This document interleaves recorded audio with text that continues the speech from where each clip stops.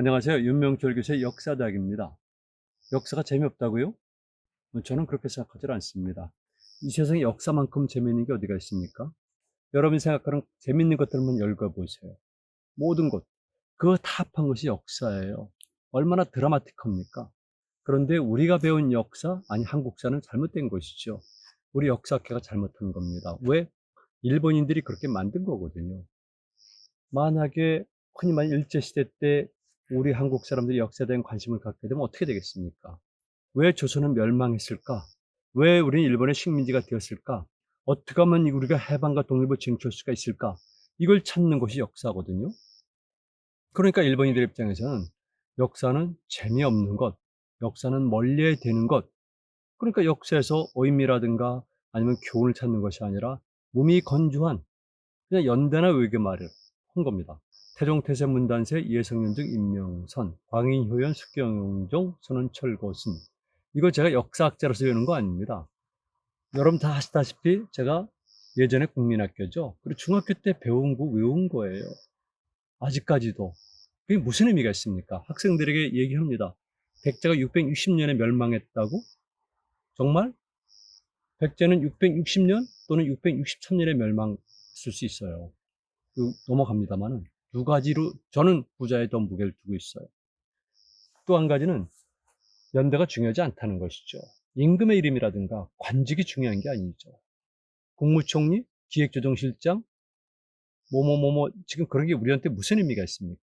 중요한 것은 지금도 마찬가지겠지만 인간의 삶이거든요. 우리 모두의 삶, 우리 모두의 고민, 어떻게 하면 좀 더 잘 살고 어떻게 하면 더 행복하고 어떻게 하면 이거죠. 똑같은 겁니다, 역사는. 그래서 역사는 재미없다고 그러는 사람들을 위해서 제가 저는 뭐 늘 그렇게 역사를 해석했습니다만은 아주 재밌는 이야기만 몇 가지 골라서 차근차근 말씀드릴 겁니다. 첫 번째가 이겁니다. 온달은 바보라고? 온달 물론 이야기죠. 그러나 온달은 당대 최고의 명장입니다. 제가 미리 말씀드리는데 여러분들이 고구려의 명장 몇 명이 떠오르지만 가장 먼저 떠오르는 인물은 누굽니까? 을지문덕이죠. 을지문덕 바로 직전에 사실은 고구려 최고의 장군이 누굽니까? 온달 장군이에요. 실제한 인물이고요. 대단한 인물입니다. 온달 장군에 관한 일화는요. 삼국사기에 나오는 겁니다. 열전에 나오는데 온달이라는 사람이 있어요. 청년이죠. 그런데 그 당시 때 평양에서는 바보 온달로 알려졌대요. 왜냐하면 말도 떠듬떠듬거리고 아마 얼굴도 못생겼겠죠. 돈이 없으니까 단장을 안 해서 머리도 헝클어졌고 옷도 남루했으니까. 그리고 어머니를 모시려고 늘 온달은 산에 들어가서 나무를 베고 그걸 평양시장에서 판 겁니다. 그래서 사람들이 바보 온달, 바보 온달 누구나 다 아는 사람이었던 모양이죠. 당시 임금이 누구냐면 평원왕이에요. 대단히 뛰어난 양반이죠. 평원왕이 아들이 있었어요. 첫 번째가 큰아들이 바로 영량왕입니다. 여러분 잘 아시겠지만 고구려 수나라 전쟁에서 승리를 이끈 임금이 바로 영량왕이에요. 그리고 둘째 아들이 고건무 장군입니다. 고건무 장군의 대동강 방어 작전이 성공하지 못했다면 을지문덕 장군의 승리는 있을 수 없어요. 나중에 연개서문에게 시해당하죠. 영유왕이 된 다음에. 그리고 딸이 있었는데 바로 평강공주거든요. 얼마나 평강공주를 사랑했겠습니까? 근데 이 양반이 아니죠. 그 할머니죠. 평강공주가 어렸을 때 그렇게 울음이 많았던 모양이에요. 늘 울어요. 울보. 그러니까 아버지가 이렇게 얘기했다. 너 자꾸 울지 마라. 자꾸 울면 너 이 다음에 커서 바보 온달에게 씹어낼 거야. 근데 이 평강공주는 성격이 아마 고닫던 모양이에요. 직설적이었었고, 그래서 그 말을 고지고대로 들으면서, 아, 온달은 내 남편이 될 수가 있구나. 낭군이죠. 이런 자세로 살았던 모양이에요. 그리고 이제 어느덧 나이가 차가지고 결혼해야 되는데, 당시 임금이 아버지가 다른 사람이랑 귀족이죠. 왕족이죠. 곧이니까. 거기로 시집을 보내겠다는 거예요. 그러니까 평강공주가 이런저에 거절하죠. 나는 온달에게 시집을 가겠노라고. 이게 가당키는 일입니까? 그래서 평강공주는 그 즉시 밤에 몰래 많은 폐물을 쌓아가지고 성을 넘어서 온달을 찾아간 겁니다. 물어 해가지고 산속에 들어가니까 아닌 게 아니라 온달의 집에 있는데 온달은 없고요. 눈먼 어머니만 계신 거예요. 근데 어머니가 누구십니까? 그랬더니 그러니까 얘기를 하는데 벌써 다르잖아요. 거기서 나왔으니까 눈은 보이지 않더라도 몸에서 온갖 향내들이 많이 날 거 아니겠어요? 그 향은 어떤 향일까요? 많은 것들은 수입품이죠. 고구려는 왜냐하면 끝없이 외국과 무역을 했고요. 특히 그 시기에는 이미 중앙아시아에 있는 소굿띠인들이 고구려의 영토에 들어와 있기도 하고 요소지방에서는 집단 거주지가 있었어요. 그리고 고구려의 춤, 고구려의 복식 이런 것들은 오늘날의 중앙아시아 연관이 되어 있거든요.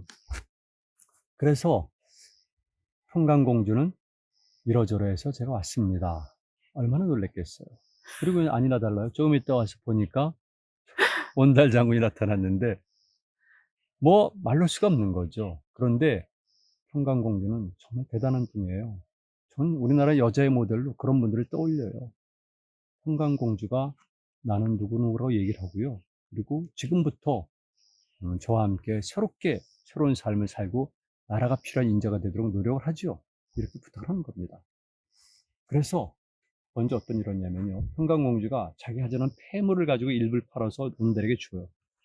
장에 가서 좋은 말을 사오라고요.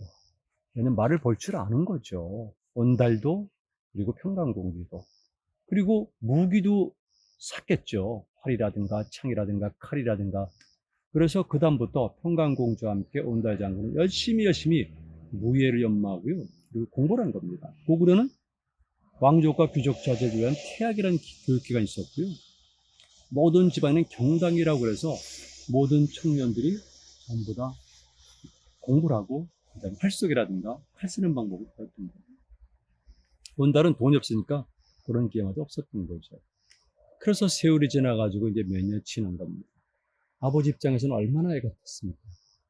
그런데 어떤 일이 생겼냐면 고구려는요 1년에 한 번씩 음력 3월 3일 날이에요. 음력 3월 3일 날 낭랑지구, 낭랑의 언덕이 있습니다. 당연히 평양 교회 큰 언덕과 들판이 연결된 곳이겠죠.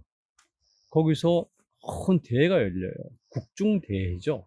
고구려의 젊은 청년들이 모여서 자기들이 가지고 있는 온갖 기량을 뽐내면서 거기서 최고의 뛰어난 사람을 선발하는 거예요. 말타기, 고구려 고분벽화에 나오죠. 여러분 아시죠?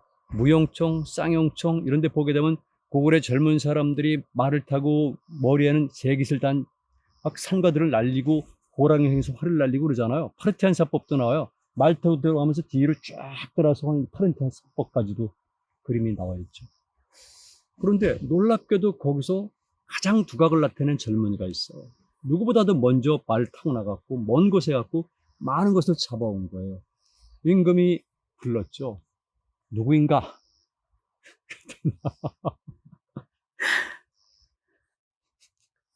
저는 평강공 온달입니다. 온달. 아니 온달이라니. 그럼 자기 딸의 그 남편이 바보 온달이란 말인가? 그렇죠. 그래서 그때 정식 사위로 인정을 했고요. 그부터 승승장구했는데 많은 전투에 참여했겠지만 기록에 나오질 않아요. 그런데 한 전투의 기록이 나옵니다. 고구려가 동아시아 강국이 될 수 있었던 것은 내부적으로 다양한 요인이 있지만 국제관계도 작동을 했어요. 중국 지역이 남북으로 분단돼 있었거든요. 우리가 말한 위진 남북조 시대예요. 그리고 북쪽에는 선비족이 내려온 북위가 있었는데 북위가 멸망하면서 동위, 서위로 나눠지고 다시 나중에는 북제, 북주로 나눠지는데 북주의 임금이 직접 고구려를 공격한 겁니다. 늘 그래요. 그런데 당시 온달 장군이 선봉장이 돼서 나가고 그리고 승리를 거둔 겁니다. 얼마나 기뻤겠어요. 그러니까 임금도 마찬가지고 그다음에 평강공주 오빠들도 마찬가지고 백성들도 마찬가지고 어머니는 그때 살아계셨는지는 모르겠어요. 그리고 평강공주가 얼마나 기뻤겠습니까? 말 그대로 자기 인생의 모든 것을 그런 몸이 어디가 있어요? 신사임당? 아니죠. 온갖 것을 걸고 자기가 말 그대로 흔히 말하는 엄청난 무언가 배팅을 한 건데 있을 수 없는 일이죠. 그래서 온달 장군이 대장군이 된 거예요. 그리고 많은 또 일이 있었겠지만 기록엔 남아있지 않고요. 이제 어떤 일이 벌어지냐면 당시 고구려가 한참 전성기 때는요. 지금 잘 여러분들이 모르실 거예요. 안동 아시죠? 안동 그럼 얼마나 고루합니까? 퇴계를 비롯해서. 그리고 그 이전에 가게 되면 가장 신라적인 곳이죠. 아니에요. 고구려 전성기 때는 안동 자체가 현재 경상북도 도청 소재지가 있는 그 지역은 고구려 땅이었었어요. 그리고 청성, 그리고 동해안에 쭉 내려서 영해까지가 고구려 영토였었고요. 481년 2년에는 지금 오늘의 포항시 외곽까지 공격한 게 바로 고구려입니다. 그런데 신라가 512년에 김이사부가 우상국을 복속시킨 사건을 계기로 해서 북상해서 올라가는 겁니다. 여러분들이 교과서에서 배운 것처럼 신라는 쭉 북쪽 동해안을 타고 올라가서 황초령비, 마을령비를 세우게 되는 거거든요. 고구려는 굉장히 전략적 요충지가 있었는데 그게 어디냐면 바로 중령계, 오늘날 소백산맥이죠. 당시 온달 장군은 임금에게 이렇게 얘기합니다. 제가 내려가서 계림령, 좀 문경세제죠. 문경세제 이북, 서쪽이라는 표현이 있는데 정확히 사실이 이북입니다. 그리고 중령 이북의 땅을 회복하지 않으면 돌아오지 않겠노라고 선언하고 떠나는 겁니다. 그 당시 때 평강공주의 나이가 얼마인지는 잘 모르겠어요. 아마 나이를 많이 먹었겠죠. 얼마나 기가 막히겠습니까? 일단 두 사람은 헤어졌어요. 그리고 온달 장군은 신라를 공격하기 위해서 내려왔는데 한참 전투를 벌이다가 날아온 화살에 맞아서 이 양반이 전사했어요. 그 소식이 평양에 전해지니까 얼마나 기가 막혔습니까? 그래서 바로 임금의 부마죠. 임금의 부마이면서 대장군이 죽었으니까 고구려 사람들은 굉장히 충격도 받았고 슬픔에 빠져 있죠. 그래서 온달 장군의 시신을 모신 관을 들어서 평양으로 당연히 운송해야 되잖아요. 그런데 관이 움직이질 않는 거예요. 왜냐하면 온달 장군은 움직일 수가 없죠. 중령 이북의 땅을 회복하지 않으면 돌아가지 않겠노라고 했으니까 관이 안 움직이는 거예요.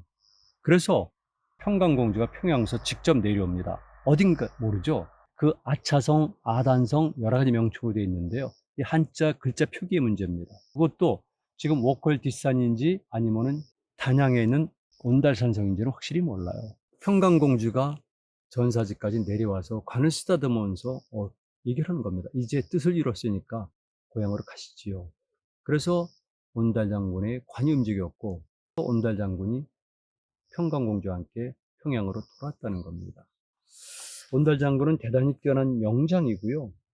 그리고 최근에 들어서는 온달 장군이 혹시 중앙아시아 쪽 출신이 아닌가 이런 설도 나오는데요.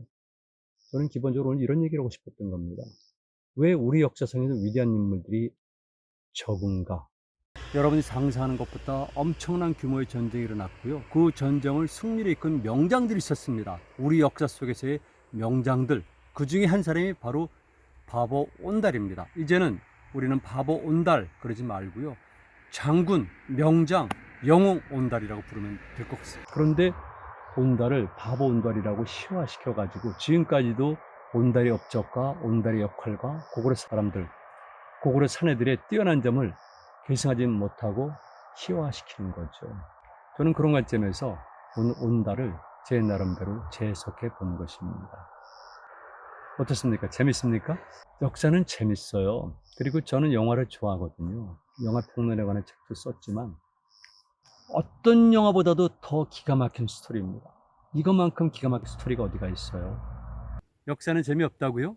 전혀 그렇지 않습니다. 이제 저는 우리 역사 속에서 정말 재밌고 의미 있고 그리고 아름답고 용감하고 박진감 넘치는 이런 몇 가지 소재와 주제를 선택해서 여러분들에게 우리 역사의 참모습을 알려드리겠습니다.